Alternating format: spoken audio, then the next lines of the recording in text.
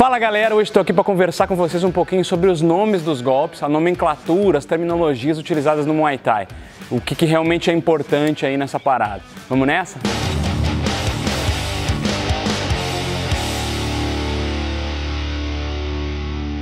Então galera, a primeira coisa que a gente tem que botar claro aqui é que não existe no Muay Thai uma entidade máxima reguladora que regulamente a nomenclatura usada no mundo inteiro, como acontece com o judô, como acontece com o karatê, como acontece com o taekwondo, que existe uma entidade oficial reguladora da modalidade e coloca uma nomenclatura padrão para o mundo inteiro. Então, se tu treinar judô no Brasil ou treinar judô nos Estados Unidos, vai ser na mesma nomenclatura em japonês.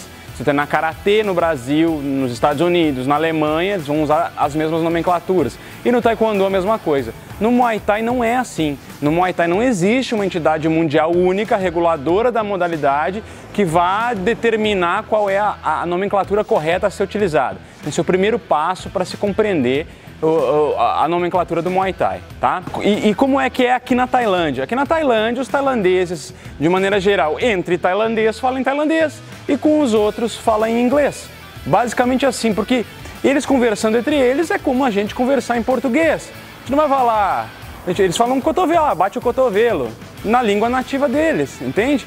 E quando não é com um tailandês, quando é com um gringo, né, um brasileiro, um americano, um alemão que está treinando por aqui, eles vão falar em inglês. Eles vão pedir elbow, eles vão pedir knee para joelho. Então eles vão pedir dessa maneira. Então não existe um padrão, eles não vão sair falando contigo tudo em tailandês para tu treinar aqui na Tailândia. Eles vão falar para ti em inglês, provavelmente. Ou se tu te mostrar interessado em querer aprender em tailandês, eles também vão ensinando e você vai aprendendo aos poucos e tal. Mas por padrão, o que eles vão te pedir, a maneira como eles vão te treinar aqui é utilizando a nomenclatura em inglês. Então, percebe que isso é muito parecido com é o boxe, por exemplo. Eu vou dar o exemplo do boxe para vocês entenderem mais ou menos como funciona o Muay Thai, porque é muito similar. O boxe nos Estados Unidos, vou dar o exemplo dos golpes retos. O boxe nos Estados Unidos, eles vão chamar de jab e cross, né? Ainda em inglês, na Inglaterra, isso vai mudar para jab and straight. Então nos Estados Unidos eles falam jab, cross, hook. Na Inglaterra eles vão falar jab, straight, cross. Vê como já mudou e mesmo sendo em inglês? Aí você pega, por exemplo, um país latino utilizando uma nomenclatura de boxe, pega Cuba, por exemplo, que tem uma escola muito forte na América Latina, e eles vão chamar de recto de esquerda a la cara, recto de direita a la cara. Então já não usa a mesma nomenclatura. No Brasil, a galera vai falar jab, direto, uma palavra em português, cruzado, uma palavra em português, gancho, certo? Então, em cada país tem a sua maneira. Isso é errado? Não tem um jeito do boxe tratar no mundo inteiro? Não importa, não muda. Agora uma coisa que é importante que na minha opinião o que deve guiar a maneira de que tu fala, o que deve guiar os nomes que tu usa é a capacidade de compreensão. Entende? Linguagem, qualquer tipo de linguagem, ela é criada para comunicação. Então, a nomenclatura utilizada no Muay Thai deve ser do jeito que vocês consigam comunicar o que vocês querem. Que o atleta vai entender o que você está falando. Que quando ele subir no ringue, tu falar para ele, bate isso e isso, ele sabe o que é para fazer. É isso que é o importante. O importante é na hora de você estar treinando o atleta, você falar tal coisa e ele entender o que você quer. Então, se tu quiser chamar de usar nomenclatura em tailandês, você usa. Se quiser usar nomenclatura em português, você usa. Se quiser usar em inglês, você usa. Desde que tu ensine o teu aluno de maneira clara, se comunique claramente e ele consiga executar o que você pede. Se tu quiser botar número nos golpes, vou chamar de 1, vou chamar de 2, vou chamar de 3, vou chamar o cotovelo de 4. Azar, se o teu atleta entender esse teu método, compreender o que tu quer, vocês conseguirem ter uma comunicação eficaz, faz, entende? O que não pode é duas coisas. Primeiro, duas coisas que são muito comuns. Dois caras chatos que são muito comuns. Primeiro é o cagador de regra. É aquele cara que se não é do jeito que ele acha que é certo, tá todo mundo errado. E não é por aí. Eu acho que O cara quer ensinar em tailandês, ele ensina em tailandês. O cara quer ensinar em português, ensina em português. Agora não pode o cara querer, não, eu quero usar um padrão de ensinar tudo em tailandês. E quem não faz igual a mim está fazendo errado. Isso é uma baita de uma bobagem. Ah, eu quero ensinar em português. Quem ensina em tailandês está errado, porque a gente está no Brasil. E também é outra bobagem. O que é importante, como eu falei, é você se comunicar. Entendeu? Não adianta o aluno subir no ringue e você falar um negócio e ele entender outro. Aí, pô, aí fudeu.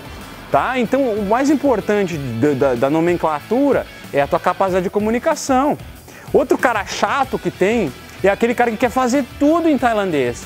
Ele quer o nome dos golpes em tailandês, ele quer o nome das comidas em tailandês, ele conta no treino em tailandês, ele sabe pedir para ir no banheiro em tailandês, ele quer que ele manda você lavar o tatame em tailandês, só não sabe Muay Thai. O que é mais importante nisso aí? Entende? Então não importa qual que você quer usar, não importa a maneira. Quer ver? Uma coisa que é importante, uma coisa que pode ser considerada, que deve ser considerada é o seguinte. Em modalidades amadoras, como o taekwondo, o judô, que mais eu usei exemplo? O karatê, modalidades que são esporte amador, taekwondo e o judô, por exemplo, que são esportes olímpicos, existe sempre uma seleção nacional. No boxe existe isso também. No Brasil a gente tem a CB Boxe, a Confederação Brasileira de Boxe, e eles fazem uma seletiva e numa determinada época do ano eles têm a Seleção Brasileira de Boxe, que é a seleção que vai para os campeonatos internacionais oficiais de boxe, da AIBA, né? Do Open Boxe, do boxe amador. E o que acontece? Quando há esse tipo de seleção, normalmente, em alguma época, algum período pré-competitivo, eles vão reunir os atletas daquela seleção para fazer um treinamento todo mundo junto com o técnico ou os técnicos ou a equipe técnica da seleção brasileira, que normalmente não é o mesmo técnico do atleta. Nesses casos é importante que se haja uma linguagem padrão para que o técnico lá da seleção brasileira consiga se comunicar com o atleta que veio lá de outro estado, que é treinado por um outro técnico. Só que isso quase não existe no Muay Thai. Entendeu? Existem algumas entidades internacionais que regulam esportes, o Muay Thai amador, como a IFMA ou como outras, tá? A IFMA hoje é a mais forte e existem no Brasil federações. Então, se tu segue uma entidade que precisa de uma padronização, que vai ter uma seleção brasileira ou em algum momento o teu atleta precisa saber se comunicar, usar a mesma linguagem de um outro atleta de outro estado ou com outro treinador de outro estado, ótimo, então trabalhe com o padrão que a tua entidade tem, não é errado. O que eu estou dizendo aqui e o que eu quero dizer com esse vídeo é não se apeguem tanto à nomenclatura, à maneira de chamar os golpes, se apeguem à comunicação. Então, se vocês precisam que seu atleta seja entendido em outras academias, você tem uma rede de academias. Ah, eu tenho uma rede, por exemplo, pega a 013 Muay Thai, pega a equipe do Alex Paraná, pega uma equipe que tenha outras filiais em outros lugares e acontece de haver um intercâmbio, que todos precisam de uma mesma comunicação. Colocar um padrão de comunicação aí é interessante. Veja bem, um padrão de comunicação, não um padrão de nomenclatura.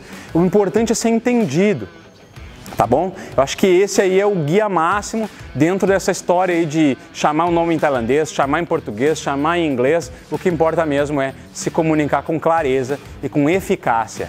Por hoje era isso, galera. Eu queria só mesmo abordar esse assunto. Eu vi em alguns grupos de WhatsApp que eu participo, a galera discutindo muito sobre esse tema, eu resolvi abordar um pouco isso, tá? Eu espero que vocês tenham gostado do vídeo. Quem gostou, não se esquece, quem ainda não segue o canal, segue aí. E já marca o sininho, já clica no sininho aí para receber as notificações quando sair vídeo novo.